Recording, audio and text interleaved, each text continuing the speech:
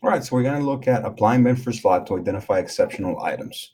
And basically, what we are going to do is call this 3GI, 3G, or the second part, applying Benford's law. And then we're going to look at Wikipedia to define Benford's law a little further. But this law says that if you were to observe a data set with numbers, given the fact that those numbers have a rule that lets them increase. Like, so somehow these are numbers that go from 1 to 10, right, in our 10 base numerical system. If you were to look at either electric bills, street addresses, stock prices, house prices, etc., these numbers tend to follow a distribution that Benford described to be as follows. For if you were to look at the number at the starting digit of those numbers that you're analyzing, the size of those numbers that start with 1 would be about 30%. Those that start with 2 would be about 17%, and so forth. Why? Because all data set starts with a 1 or a 0, right? After that 0, excluding that 0, everything starts first with 1. So most data sets are not going to be finished. It's like if you were to read a book and everybody were to read the same book over and over. Not everybody would get to the last page.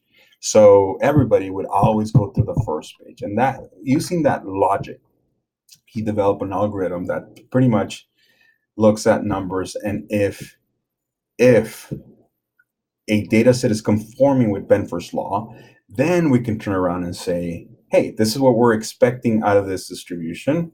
Then let's look at anything that is not following that distribution. It's pretty much the same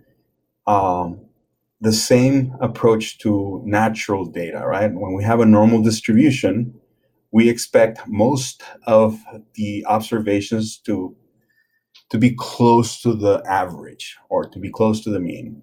And then you'll have 86% of those observations within one standard deviation, and so forth. And then we have most of them under plus or minus 3 standard deviations. It's almost a law of distribution. All right, so having said that, we are going to use that analysis that is new for IDEA to look at our accounts payable. So let's activate this under analysis, Benford's law, and we're going to use the amount as the field that will be analyzed.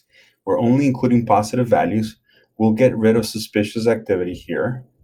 And that's it. We're going to show boundaries, and that's it. So that's all you have to do, right? So immediately you're going to get a little diagram, which is lovely, right? And this diagram is going to tell you that the data set does not follow. It is not conforming with Benford's law. We should be expecting more numbers, more amounts that start with a 1, but we don't have them. Almost everything is the same. And then we have quite a spike on number 7. So let's take a look at that. Let's take a picture of that really quick. Print the screen.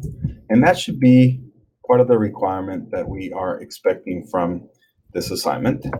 And then the next thing would be, let's take a look at number 2 and see where the actual distribution deviates once you look at the first 2 digits of every amount that is on that data set of 1,000 records. You'll see that there are amounts that are expected to be at this level, yet they jump, particularly in these 3 areas.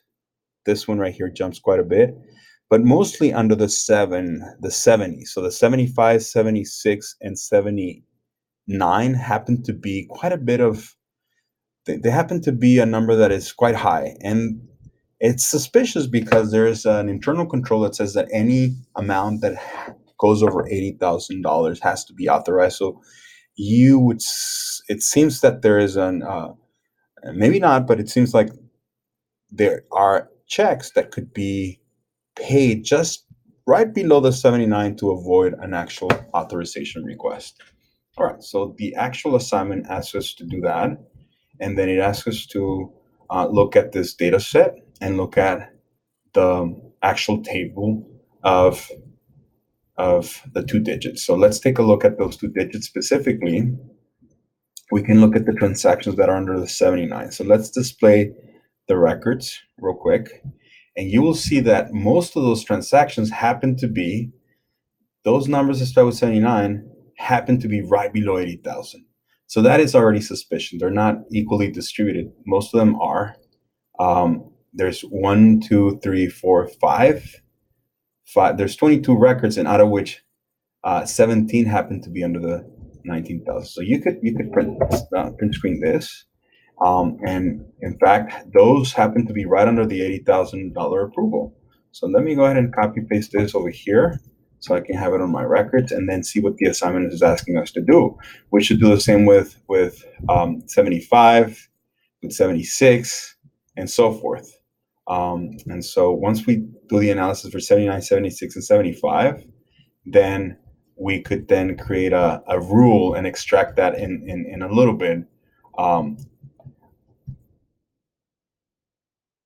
We can print that, we can look at this, and we can create a record set. For now, notice how these are suspiciously 75, and then they have cash. That's interesting, right? So they have 75,000. Some of them have the word cash on it, and so that should not be the case. This would immediately raise the flag, because how many invoices really are rounded to 75,000? Most of them have an actual dollar amount that is not exactly rounded, and that's one of the reasons why we created that additional view. So anyway, so you can see those, save them, and that's it. So you see how important this can be for purposes of analyzing